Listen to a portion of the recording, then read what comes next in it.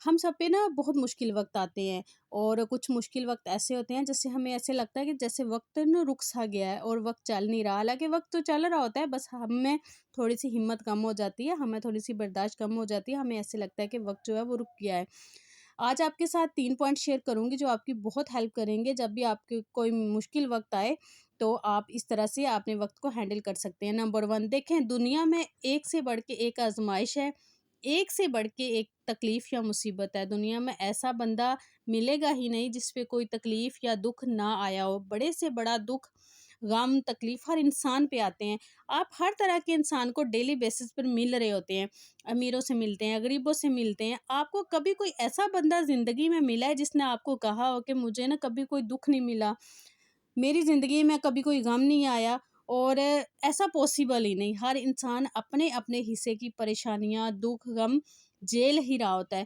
تو اس کا یہ مطلب ہرگز نہیں کہ آپ اپنے غموں یا دکھوں کا رونا روتے رہیں۔ ہر انسان کے ساتھ جا جا کے شیئر کریں، اللہ تعالیٰ کی ناشکری کریں۔ جب بھی آپ کے اوپر نا کوئی پریشانی یا کوئی چھوٹا بڑا مسئلہ آتا ہے نا، تو آپ بس یہ سوچا کریں کہ صرف آپ ہی نہیں اس دنیا میں جس پہ کوئی مصیبت یا پریشانی آئی ہے، جس پہ برا وقت آیا ہے، جو اس نا قسم کے مسائل میں مبتلا ہوئے ہیں۔ ہر انسان کے اوپر آزمائش آتی ہے، اور جب آپ کسی مسئلے میں گرے ہوئے ہوں تو یہ سوچا کریں کہ اگر اس سے بھی بڑا مسئلہ ہو جاتا تو تب آپ کیا کرتے، آپ کس طرح ہینڈل کرتے؟ آپ تو بے بس ہیں، آپ کے اختیار میں تو کچھ بھی نہیں، آپ تو کچھ بھی نہیں کر سکتے نا۔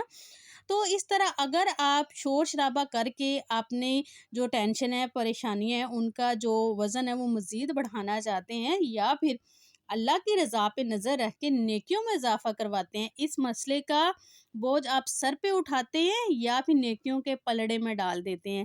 جتنا زیادہ بوجھ ہوگا اتنی زیادہ نیکی کا پلڑا باری ہوگا۔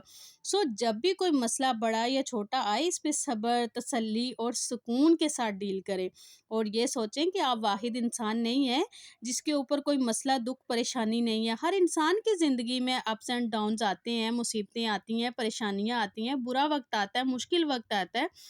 تو شور شرابہ نہ کریں اور نہ ہی ناشکری کریں۔ لوگوں کے ساتھ اپنی پریشانیاں کم شیئر کیا کریں۔ آپ جب لوگوں کے ساتھ اپنی پریشانیاں شیئر کرتے ہیں نا، تو پھر کیا ہوتا ہے کہ آپ کی پریشانیاں کم نہیں ہوتی، آپ کی مزید بڑھ جاتی ہیں۔ اور جب آپ اپنے ارد گرد نظر دہرائیں نا کہ بہت زیادہ مصیبتوں والے لوگ دیکھیں جن پہ اتنی مصیبتیں آتی ہیں، تو پھر آپ کو ایسے لگے گا کہ آپ کی مصیبت تو بہت معمولی سی ہے۔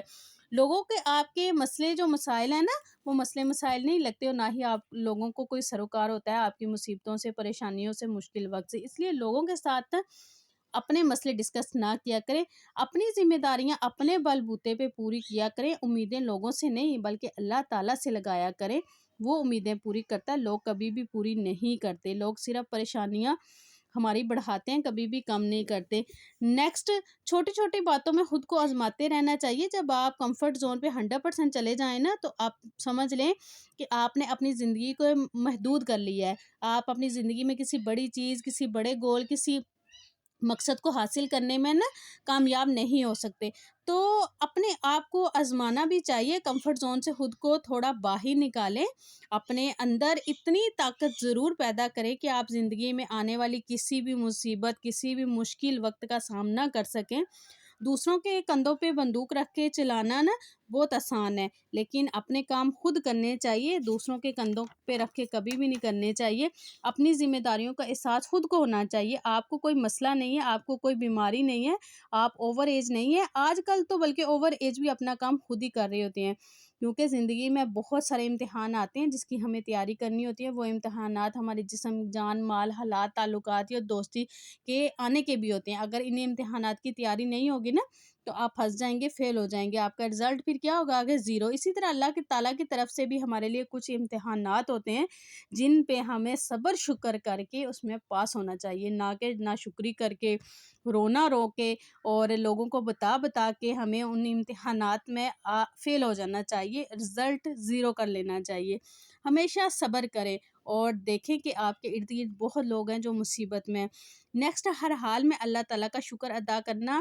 آپ ایک دفعہ اپنے اوپر عطا کی گئی نعمتوں پہ نظر ڈالیں، جو نعمتیں آپ کے پاس ہیں اگر نہ ہو تو آپ کیا کریں گے؟ اچھی صحت ہے، ہاتھ پاؤں ہیں، آپ جہاں چاہے آرام سے جا سکتے ہیں، جو چاہے کھانا کھا سکتے ہیں، آپ کے پاس گھر ہے، اولاد ہے، سب کچھ ہے آپ کے پاس، تو پھر ناشکری تو بنتی ہی نہیں نا۔ ہمیشہ شکر ادا کرے، اللہ نے آپ کو ہر چیز دی ہے جو آپ کے حق میں بہتر ہے۔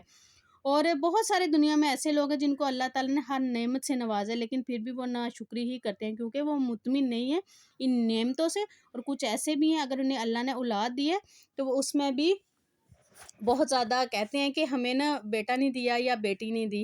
اچھا یہ پھر اگر میں نے اس پہ بات کی تو یہ الگ ٹاپک چلا جائے گا، اور ہمارا یہ ہے کہ مشکل وقت میں آپ نے خود کو سنبھالنا ہے، مضبوط رکھنا ہے، تو انشاءاللہ میں اس ٹاپک پہ بھی ضرور بات کروں گی۔ بیٹا اور بیٹی میں کوئی فرق نہیں ہوتا، ہمیشہ اللہ پاک کا شکر ادا کریں، اور کبھی بھی دوسروں کی مصیبت سے جج نہ کریں کہ یہ اس کے گناہوں کی سزا ہے، کیونکہ اللہ پاک بہتر جانتے ہیں کہ کس کے گناہوں کی سزا ہے اور کس کے نہیں۔ اور مصیبتیں نا ہمیشہ نیک لوگوں پہ آتی ہے، ہمارے اولیاء کرام پہ، صحابہ کرام پہ بہت زیادہ مصیبتیں آئی، اور مصیبتیں اللہ تعالیٰ کے گنے چنے بندوں پہ آتی ہیں، ان بندوں پہ آتی ہے جو صبر شکر کرتے ہیں۔ اور آپ بھی ہمیشہ اپنی مصیبتوں پہ صبر شکر کیا کریں اور ان کو ڈیل کرنا سیکھیں، اور خود کو مضبوط رکھا کریں، خود کو مضبوط بنایا کریں۔ وقت نا اچھا ہو یا برا ہو آپ کو بہت کچھ سکھاتا ہے اور آپ کو مضبوط بناتا ہے۔